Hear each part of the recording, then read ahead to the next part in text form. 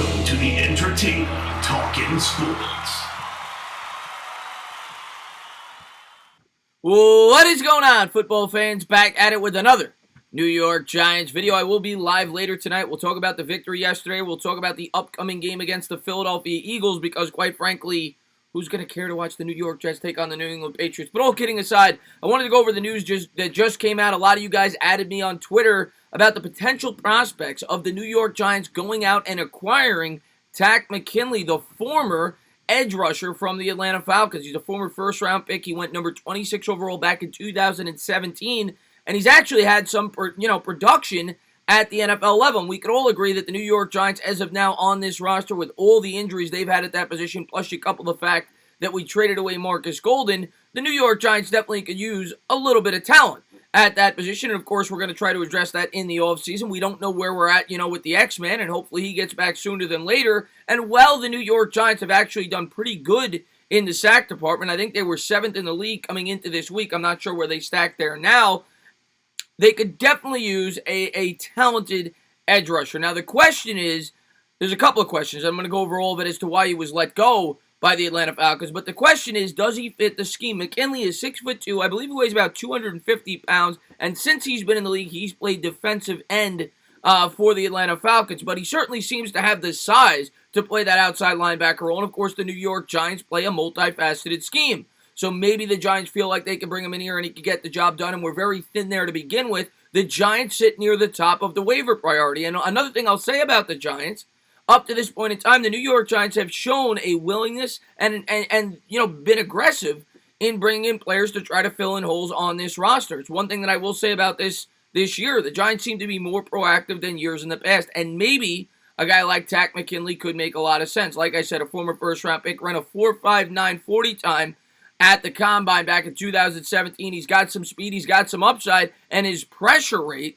even though it's in limited role, I think he's only started 4 games this year, is near the top. Actually, it is the tops in the league. And I'm going to pull up the exact quote from Jordan Ryan. I think he only has a sack or 2 in his first 2 years, 17 and 18. I think when he had a bigger role for the Falcons, had 13 combined sacks and showed a lot of promise for a first-round pick. But let's jump into some of the things that I wanted to show you guys about McKinley. We're going to get into why the Falcons released him, and that is the question I think you have to ask yourselves as Giants fans as to, maybe questioning whether or not you'd want to bring this guy in. The Giants, of course, have shown with Golden Tate they're a no-nonsense organization, and a guy like Takk Mckinley may not fit their plans. But let's jump into all of it. First thing I wanted to show you guys was this, brought up by Jordan Ryan on Twitter. McKinley hasn't played much, but he leads the NFL in quarterback pressure percentage at 22% per Next Gen Stats. Definitely an interesting player available via waivers. And he is. And it's a position need right now. We could use all the help we could get at that part on the line. The thing is, there's going to be a lot of teams that have interest in him, and we do not sit at the top of the waiver wire priority. But if, 5-6 teams pass on him, maybe the New York Giants could, in fact, bring in McKinley, and maybe he would make sense. Now, like I said, the one thing you have to question yourself, this was a tweet by McKinley just, I think, 4 or 5 days ago when he was upset about not being traded by the Falcons. Well, what did the New York Giants just do when one of their players displayed that he was upset? They left him at home. Would the Giants really look to bring in a player that was doing this on social media just 5 days ago? This is what Takk Mckinley had to say. These Atlanta Falcons turned down a second-round draft pick when I requested it to get traded last year. The same Atlanta Falcons turned down a 5th and 6th round draft pick from multiple teams when I requested to get traded this year. I only have 17.5 career sacks with 3 clown emojis. So there's McKinley going to social media, bashing the Atlanta Falcons organization. And yeah, does he have a right to be upset? I suppose. I mean, he does have a high pressure rate, and maybe he could be better utilized in the defense.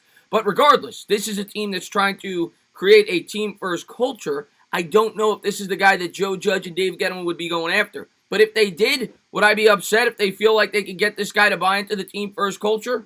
Absolutely not. I mean, we definitely need some help at that position. And a guy like McKinley, a former first-round draft pick, who has shown some, promise in the NFL, and a guy that leads the league in pressure rate so far this year, could only help, and you'd be getting him for nothing. The guy's not making any money right now. The Giants have to at least consider it, in my opinion. But do I expect it? Probably not. I think the New York Giants continue to develop the younger players on this roster and see what they've got going forward. But we'll see how it all plays out. As always, guys, if you liked what you watched, please subscribe. Drop a comment. Maybe give me a little thumbs up. Cheers.